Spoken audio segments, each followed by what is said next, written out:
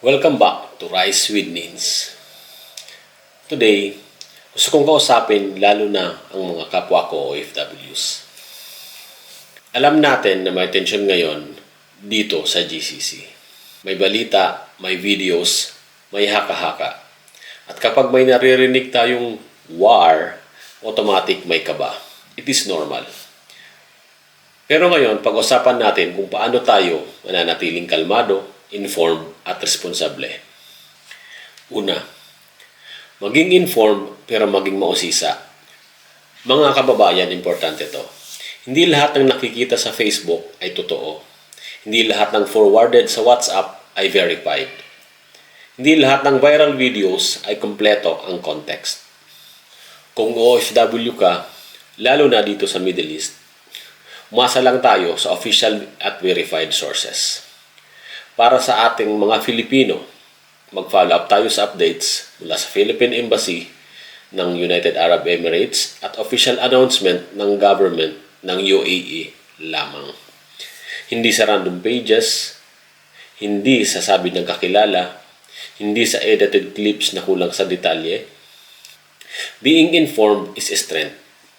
Pero misinformation creates unnecessary fear. Pangalawa, hindi natin kailangan magbabad sa balita buong araw. Mag-set tayo ng specific time. Maybe once or twice a day para mag-check ng official updates. Pagkatapos nun, balik ka na sa trabaho mo. Balik ka sa focus mo.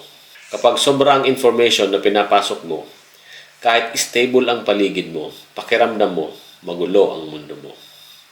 Protect your peace. Pangatlo, focus sa kaya mong kontrolin.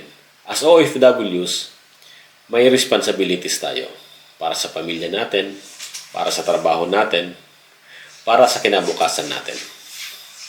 Sa panahon ng uncertainty tulad ngayon, ang pinakamagandang gawin ay pumasok sa trabaho ng maayos, sundin ang guidelines ng company, sundin ang local advisories, manatiling kalmado at handa. Being prepared is different from being paranoid. Pangapat, huwag magkalat ng unverified news. Leadership is tested in uncertain times. Bago ka mag-share ng post, tanungin mo sarili mo. Verified ba to? Official ba ang source? Makakatulong ba to o makakadagdag ng panic? Minsan, ang pagiging mature ay ang pagpili na hindi mag-share kung hindi tayo sure. Hindi ito ang unang beses na dumaan ang mundo sa ganitong sitwasyon. At sa kabila ng lahat, patuloy pa rin ang buhay, patuloy ang trabaho, patuloy ang pag-build ng pangarap. Fear spreads fast, but calm leadership spreads stability. Pwede kang maging ganon sa pamilya mo, sa mga kaibigan mo, sa circle mo. Kung nakakaramdam ka ng anxiety ngayon, pause, breathe, check official sources only, then focus on your responsibilities. Huwag hayaang nakawin ng uncertainty ang disiplina mo. Nandito ka para sa purpose mo. Nandito ka para mag-build ng mas magandang future mo. Stay alert, stay informed, stay disciplined, stay steady. We pray for peace.